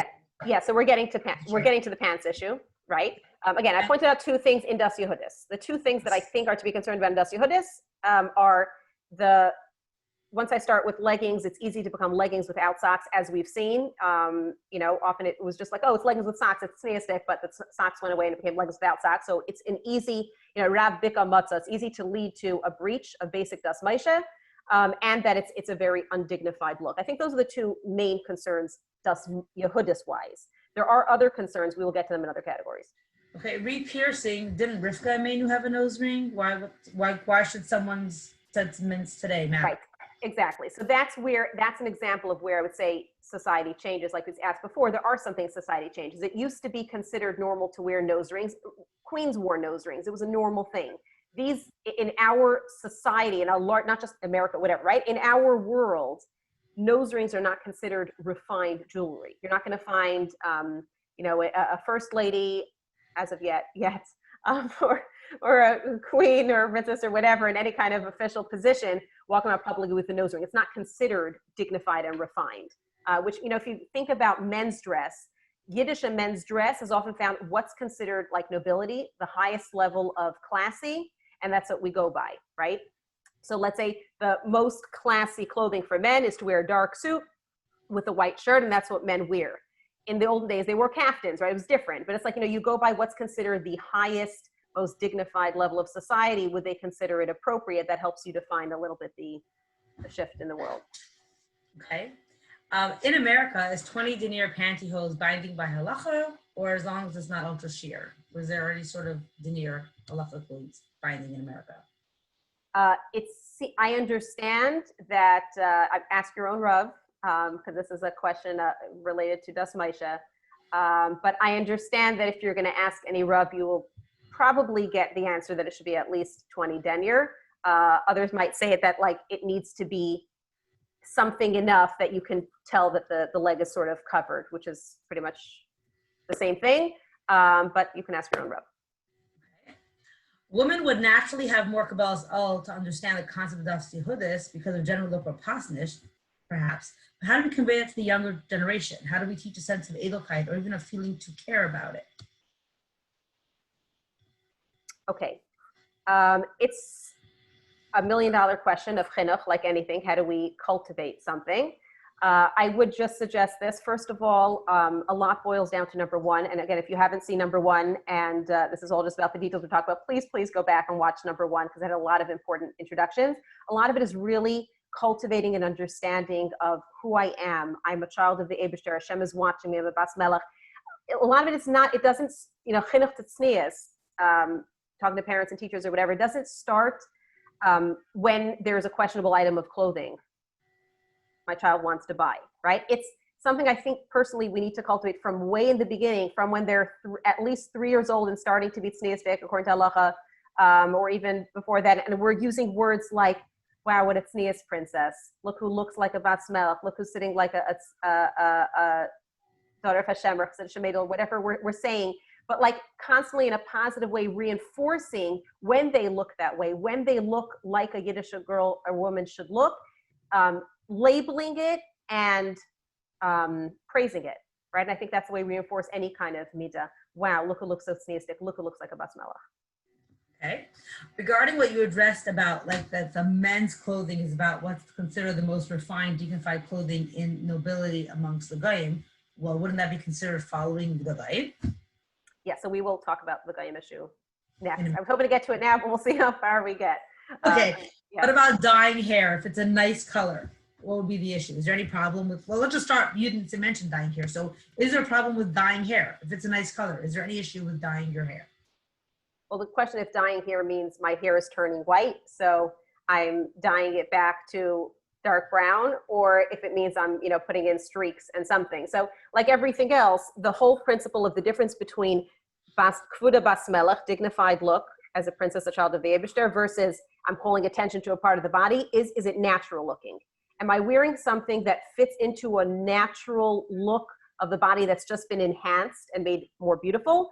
Or is something looking unusual and, especially attention calling? So if it's not a regular color, that's not natural, it's not normal. If it's particularly streaked, it doesn't look like that. So it has to be dignified looking, and it has to blend into a normal, natural look that doesn't especially call attention somewhere. Okay. Another question, this addressed a little bit last week and this week, so we'll combine them together here. There used to be a time when Jewish women wore long dresses with sandals and no socks. Since then, it became considered not sneeze because of the fashion changes. Nowadays, that it's normal again to wear very long skirts. Is there ever a space for things to go backwards in a way that now socks would no longer be necessary with the long skirts? This is just one example, but maybe another idea of where something may have been considered fine a long time ago. Maybe even, let's say, the nose rings we brought up before. Then there was a long time where it wasn't considered. Maybe now there's a trend in the past 5-6 years that there are women of class and nobility and dignity wearing it again. Is there ever such a thing as going backwards? Okay, yes, it's back. It's back in normal. Okay, so let's separate Das Moshe and Das Yehudis. Sometimes styles can change, and I want to say this very sensitively.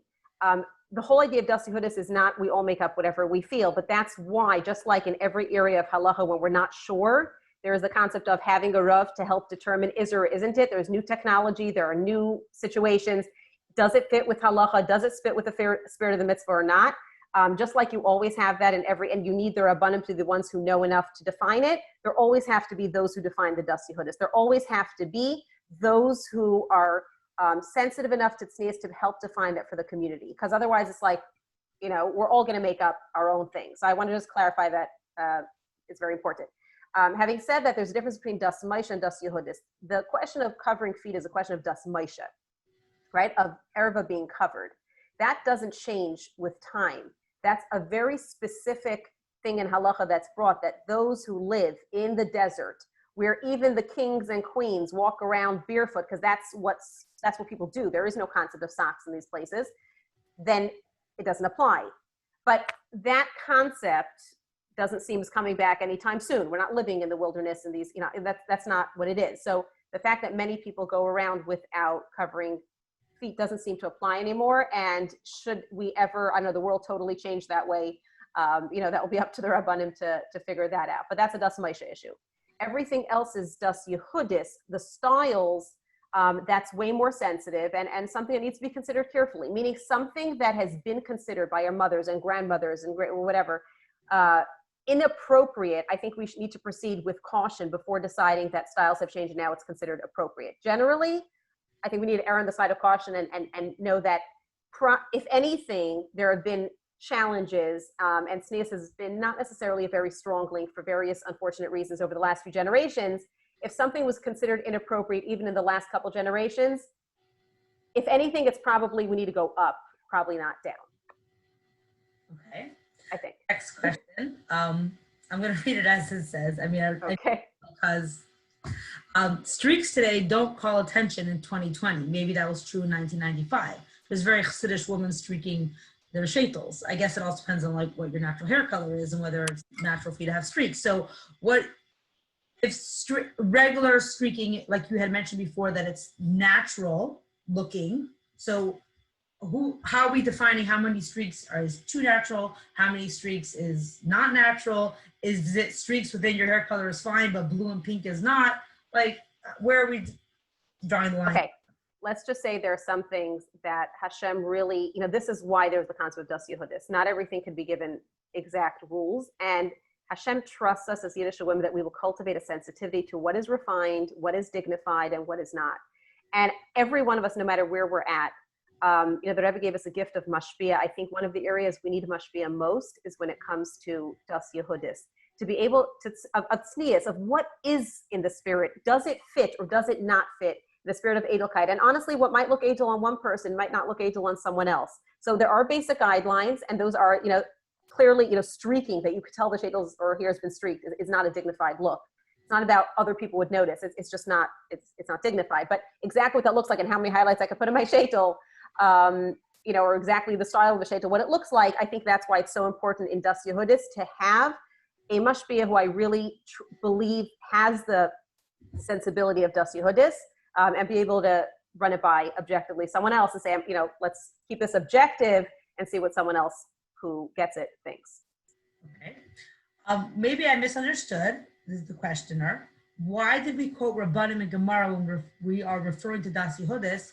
Isn't it women who decide Das Yehudis? Yes. So thanks for the opportunity to clarify. What the Rabbanim are saying are, these are things that all Yiddish women do or don't do. And they're the ones who came up with it. They're the ones who naturally felt this way and kind of created a certain standard. It was created by the women.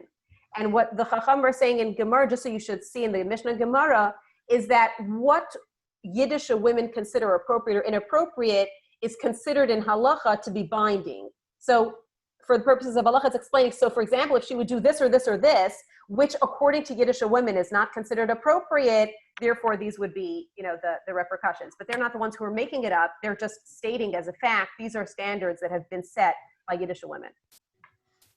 Okay, sorry, I'm shifting everywhere. We have a long question going on over here. Okay. Oh wow. Okay, so I think we're just gonna assume that number 3 happens next time. Yeah. Okay. Okay. All right. Lace top. So many sheitel machers making them available. Women don't know if it is or it isn't an issue. I guess that was brought up because of the streaking of the sheitels. So do you want to address lace fronts at all? Also, you shouldn't wear anything that stands out, like jewelry or something. So is there also a differentiation between what stands out to a woman or what stands out to a man or what stands out to the broader world? Like perhaps someone walking down the street, maybe I'm going to notice their shoes because I like shoes. Maybe I'm going to notice their jewelry because I like jewelry, not because it's necessarily something that's so standing out. And someone else might not notice it at all, right? So those are 2 different questions if you want to separate them. Okay, let me see if I got those 2 questions correct. Remind me what was the lace top shape lock? The other thing was determining about whether something stands out. Is there a difference between men, woman, the general world stands out because you are a type of person that knows? Okay, got it. So number 1 about lace, maybe someone has something to add to this, but all I can say is that the Rebbe teaches us that a sheitel has to be such that the sheitel itself completely covers the hair. So I'm sure there are different kinds of lace front sheitlach. We're not talking about necessarily Maris Ayin right now, but if the sheitel completely, even in the front, covers the hair and it's not like it's see-through and you see the hair underneath, then technically it's fine.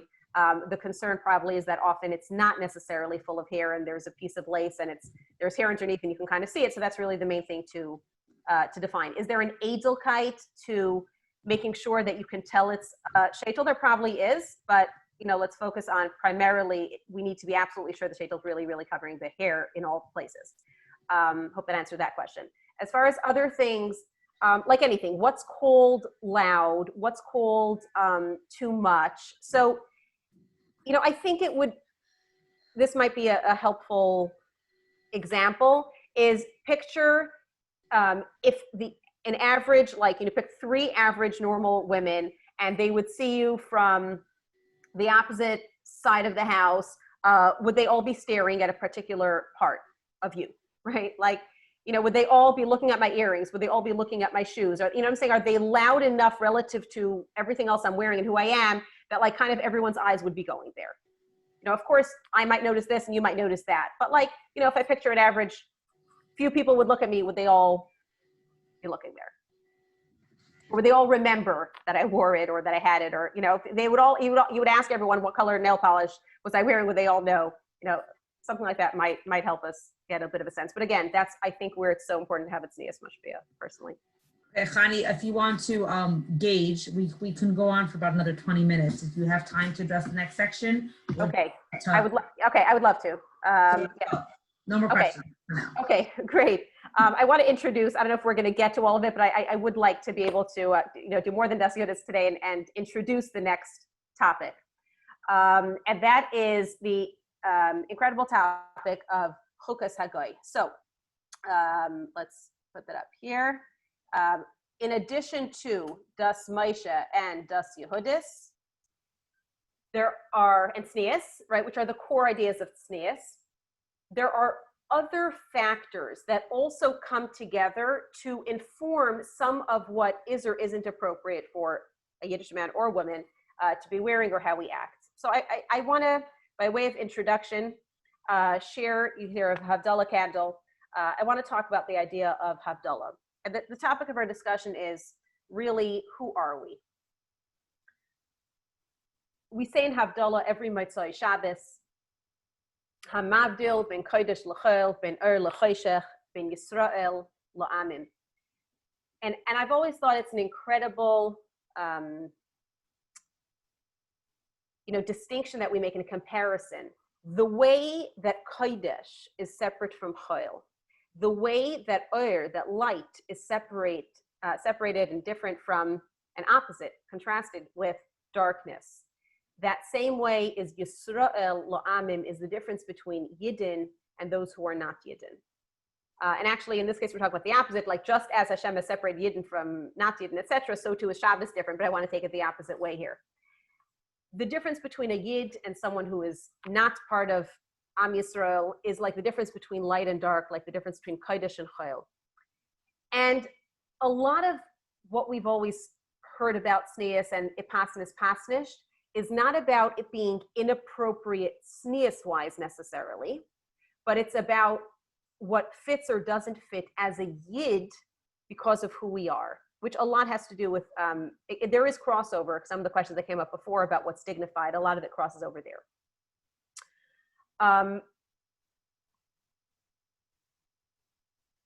Who we are and how we feel about who we are is so critical to being a Yid. Remember, we talked about last time the Shulchan Aruch and Yiras Shamayim and Al-Yivash B'Pneim Aligim, not be embarrassed. And these are the foundational ideas in Yiddishkeit and Shulchan Aruch. Right there at the beginning of Shulchan Aruch is the idea of Yiddish pride, Al-Yivash B'Pneim Aligim, because Yiddish pride, confidence in who we are as Yiddin, is so critical to our ability. It's a gateway mitzvah. It's a gateway concept. It's not even it's like you can't even say it's a mitzvah because it's a general idea. It's a foundation, just like Yiras Shamayim and Tznius. Ga'on Yaakov, Yiddish pride, is a gateway to Avodas Hashem.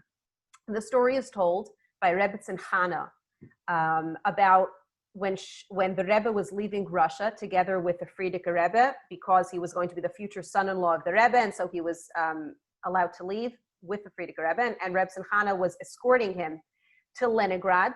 And of course, no one knew when they would see each other again. The Rebbe never saw his father again after that, and only saw his mother decades later. So about 20 years later or so. So Rebbe Chana is traveling with him to Leningrad on the train. And she describes the occasion. She's with the Rebbe. I'm sure you've heard the story. Many Goyim anti-Semites on the train. It was not very safe, as most things were. And it comes the morning, and the Rebbe stands up to daven, takes out his tefillin, and prepares to put on tefillin and stand up and daven. And Rebbe Chana shares how she got scared. It was very worrisome because practically what could be expected to happen is the Goyim see, and there were many anti-Semites, and who knows what they could do to the Rebbe Chas v'Shalom. And she was really, really worried about what would happen with this public display of Yiddishkeit. You know, not only you're there, you're a Yidge with a beard, you know, it's even more in people's faces. And she shares how the Rebbe just ignored everyone else, stood up as if the world didn't exist besides his mitzvah that he's doing, put on the tefillin and started to daven, and a miraculous thing happened. Some of the passengers, the Glacier passengers, stood up, and instead of attacking the Rebbe, started to form like a human wall around the Rebbe to protect him, that the government agents spotting on the train shouldn't notice him and no one should hurt him. And she shares how she was struck by this, what happens when a Yid is proud of being a Yid, when we walk around with that Yiddish pride, what it does. A lot of how we dress and we behave has to do with this sense of our Yiddish pride in who we are. And this is actually brought in Torah, that it's something that is important. And I want to share here a picture of a Lag BaOmer parade you see here. And I've thought about it sometimes, that it's fascinating how much effort the Rebbe put into Lag BaOmer parades. Think about it. It's a very interesting thing. So I'm sure that one time the Rebbe encouraged that after the parade there should be this fair, right? They do every year, the fair, rides, the children, and so much money was spent on these rides. And someone asked the Rebbe, it was like $70,000, something crazy at the time. And of course, you know, even nowadays, same thing happens, there's just more money. And all this money was put into what? Rides for children as an extension of the Lag BaOmer parade. And asked the Rebbe, like, couldn't the money be better used for something so much more important? It like seemed trivial. You know, I don't think like the Rebbe so into this Lag BaOmer parade, make a parade, get tons of children and their banners walking around, having shows. And the Rebbe's Kachin Lag BaOmer parades, besides for whatever other ruchnistic and yanim we may not be aware of, in a level we can understand, has a lot to do with Yiddish pride. The Rebbe understands that pride is a necessary ingredient for Avodas Hashem. Think of when we go to camp and we teach children, and one of the most important songs we sing with them, I'm a Jew and I'm proud, right? That if we can get these children to feel proud of their Yiddishkeit, they will want more of it, they will follow more of it. But when we're embarrassed of our Yiddishkeit, when we're uncomfortable, when we want to blend in, when we're not really sure we want to identify as from a Yiddin, that's where, unfortunately, there's a lot of space to fall, because it's hard enough. Our Yetzer Hara is tough enough. You know, we want to look good, and there's this and there's that, and it's hard to find sneeze clothing, and there's so many reasons it's so challenging, and whatever the mitzvahs are, when we're not even proud of what it is we're doing, it's really, really hard, because we're social beings. We care about peer pressure. You know, I don't know about anyone else. Me, okay? I care what people think. It's hard. No one wants to be a nerd. I don't want to be a nerd. I don't want people to think I'm weird. Okay, I'm going to get hurt if someone's going to say something hurtful. We're human. And if we're not, you know what, there's like a problem there. It's something not natural, something unhealthy if we couldn't care less what anyone thinks of us. So because Hashem knows he created us that way, that we care about other people, it's so important to cultivate that sense of, I'm proud to be a Yid, and I'm going to show there, I'm going to walk down the street, I'm going to hold this banner, proud to do this message, proud to that message. That's what the Lag BaOmer parade is, a display of Yiddish pride by Yiddish children. And so,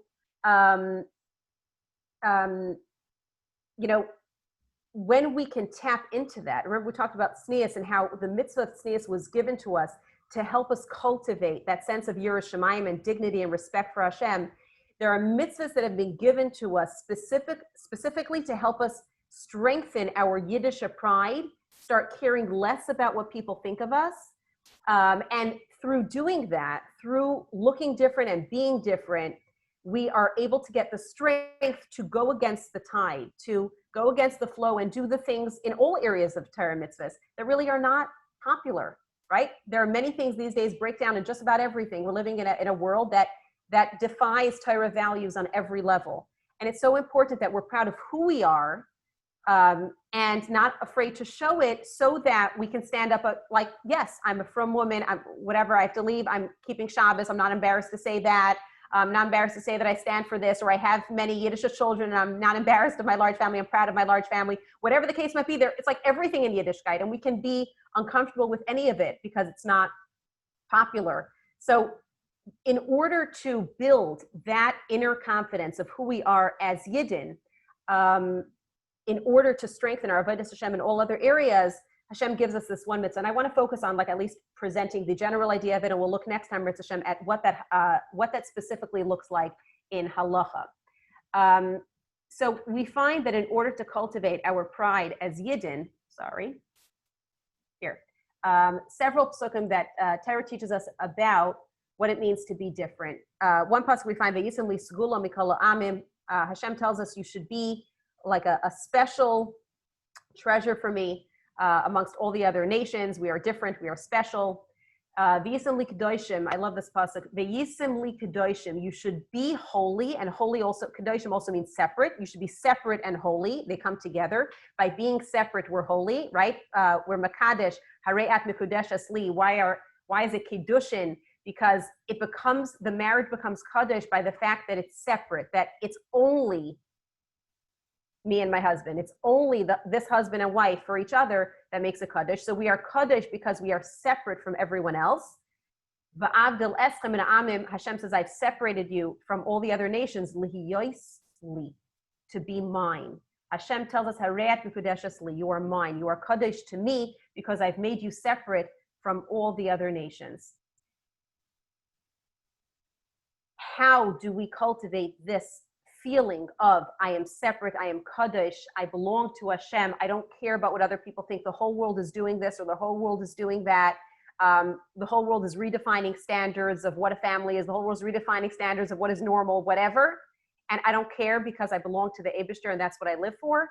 There is one specific mitzvah, and that is, the pasuk tells us of the Chuk Hashem leiselechu. Hashem tells us before we go into Eretz Yisrael, you're going into Eretz Canaan, and you're going to find that they do all kinds of things. They serve by desire and whatever they do. Like the actions of the people in Mitzrayim were like the actions of the people in Canaan. Wherever you go, wherever you're going to live and with whoever you're going to encounter, don't be like them. It's not even about the specific thing that they're doing that's inappropriate only. Don't be them. Whatever they do, don't copy them. Don't follow in their ways. Because they're not your getchke, chas v'sholem. I am your Eibishter. You're serving Hashem, not following the goyim, not listening to what they have to say and their trends, but following me. And a similar pasuk, don't go in the ways of the goy. So what we find is that in order to preserve the sense of the yisim li kedoshim ki kadesh ani, in order to be Kaidish like Hashem, we are holy because Hashem is holy and Hashem has made us separate. To preserve that sense of we're part of an Am Kaidish. I'm proud of it. I stand up for my Yiddish values. There's a mitzvah of chukas hagoy. Specifically, don't act like the goyim in anything, in regular things. And we will define in halacha what that looks like. So just the general key idea is to maybe take like some take-home inspiration. How much do we care what the goyim say or what they do, what the world says, what's considered normal, what's considered popular, what's considered socially acceptable or politically correct? I want to finish with one story. So the Rebbe Maharash did not attend the chasana of his son, actually, the Rebbe Rashab. Can you imagine? The Rebbe Rashab did not have his father, the Rebbe Maharash, at his own chasana. It took place in Avroch, I imagine at the Kallas family, or near the Kallas family, and the Rebbe wasn't there. So when they came back after the chasana, he came back with his new Rebbetzin. She wanted to receive the brachas from her father-in-law, the Rebbe, that she had not merited to receive at the chuppah. So her husband, the Rebbe, future Rebbe Rashab, encouraged her to go into Yehudis by his father, the Rebbe Maharash, and ask for her deserved brachas. And the Rebbe Maharash told her, I am happy to give your brachas. I want first one thing from you. Please take the feather out of your hat. What's wrong with the feather? Who cares about a feather? What's wrong with, there's nothing inappropriate with a feather. What the Rebbe Maharash was teaching her is, as a Yiddish woman and especially as a future Rebbetzin, is that at the time, the feather was the in thing. It was the latest and the newest, and it was what the world was doing. And the Rebbe Maharash was telling her, you're a Yiddish woman, you're married to the Rebbe's family, you're a Rebbetzin, you deserve all the brachas, but I want you to know that a fundamental ingredient in who you are and the home you're going to build and the responsibility you have is recognizing that we don't care what the goyim think. They decided it's in, so b'dafka we don't do it. There's like a dafka there. And I think a lot of what has been maybe misunderstood about a lot of the, we mentioned Chukas Hagai a few times in the questions, and Marissa will explore what the parameters are in halacha, what is beyond halacha, etc., is really the spirit of, let's say it's not a problem. Let's say it's sneistic, right? Let's say it's a particular fashion it's fine. It's just what they do. What's wrong with it? I've noticed there's a trend in recent years to promote clothing as like, it's sneeze and it's fashionable. It's sneeze and it's trendy. It's sneeze and it's cute. Now, first of all, as if like by definition, sneeze is nerdy. You can't possibly look pretty normal with the program. You have to by definition look old, like very old or weird or whatever if you're sneistic. There's that, which maybe we need to explore. Sneeze is meant to be pretty, classy, always pretty.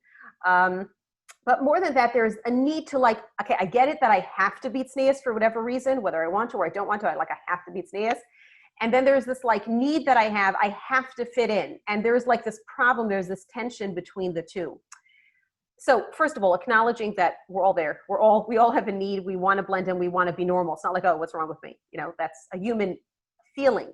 But Torah wants to build us up, that we should care a little less, that it shouldn't matter to us so much what the Goyim say. We are Kadoshim ki Kadesh Ani. We are the nation that the Eibishter sent to this world out of almost 8 billion people. There are maybe, 17 million or something, tiny fraction of human beings that Hashem has given a part of himself, chelek elika mimal mamish, to be his ambassadors in this world, to spread the truth of Einoid Malvade and get all the other goyim, all the other people to follow V'naro Elov Goyim to come serve Hashem. We're there. My cleaning lady, when I said, I don't remember what happened and what I said or what she wanted to know, and I answered her. I can't remember the context, but out of nowhere, she messages me on her Google Translate that the Jewish people are chosen by God. And they all know this. They all know the Yiddin stand way above us. Maybe they hate us for it. Har Sinai Misham Yarda Sina La'olam. Sina is connected, Sinai and Sina are connected. The Sina that they have towards us comes from Har Sinai, the fact that Hashem chose us to be his Am Kaidish. And they're jealous, but they respect us for it. And they will respect us more. And we will respect ourselves when we respect who we are. As the Yiddin who were going to Mitzrayim, I'm running out of time, the Miraculous came into Eretz Yisrael and they sent back to Moshe Rabbeinu, came back and told the Yiddin that, they're huge, they're giants there. We felt like grasshoppers. We were like grasshoppers in our eyes, and we were like grasshoppers in their eyes. It's like we can't go there. And Chassidus teaches us, we felt like grasshoppers in our eyes, and that's why we felt like grasshoppers in their eyes. When we feel like grasshoppers, when we feel like I'm a nerd, I'm weird, I'm old-fashioned, I don't know the things they know, I'm different, that's when they find us that way, whoever, right? Everyone around us. But when we are able to build up the confidence, I am a chelek elikami ma'al mamish. Hashem chose me out of everyone else for this incredible schus of bringing Kedusha into the world, bringing the Eibishter to the world. I'm proud of it. I'm different. Yes, of course I'm different. I wouldn't want to be mistaken. I'm part of the royal family. Why would I want someone to mistake me for someone on the street? When we can tap into that, really, that allows us to embrace all of Yiddishkeit in a way that we can really rise to our potential. So with that introduction, Hashem, next time we're going to explore what is this mitzvah of Chukas Hagai and what does it manifest itself in practical terms that allows us to access that Yiddish pride that we so need to have. On that note, I want to thank everyone. Chassie, you want to close? Okay, thank you very much, Chanie. So we have, someone asked when next time is, when's the next segment? So I had mentioned at the beginning, and let me reiterate again. Next week, we are having a story hour at mikvah.org/live. And the following week on Wednesday, I believe it comes out to be Chaf Beis of August 12th. We will be having part 3 so we can continue. If you are not following us on social media, I'm going to encourage you to follow us on social media so you get a reminder about that class and so you get all the details We have 3 more shiurim coming up this summer. We have the story hour next week, and we have part 3 of the Power of Modesty the following week. And then we have another class coming up the week after that, which you can get all the details for by on the top of the chat. I gave the link to the broadcast. If you came in later, you can message me 732-534-2948. Chanie, thank you so much for tonight's class. And we will, if you want to mention anything else before we close up. Yes, I just want to say very quickly that we're coming towards Tisha B'Av, and may it be a day of Simcha, but the Rebbe talks about building a Beis HaMikdash at this time. And there's no question that our efforts in increasing in tznius are like Sari Menu. There are the 3 mitzvahs of Sari Menu and the cloud on her tent that comes for tznius and taras mishpacha, that our efforts in this help make our homes more of a mikdash mat, more of a Beis HaMikdash. And there's no question that that effort brings the Beis HaMikdash HaShlishi that we want. May we see it even before this Tisha B'Av. Thank you, everyone, and looking forward to continuing Mirz Hashem. Amen. Thank you very much, everyone, for joining us, and we will see you, Bezos Hashem, next week for Story Hour, and 2 weeks from now for Part 3 of Power of Modesty. Good night, and have an easy time to all. Thank you.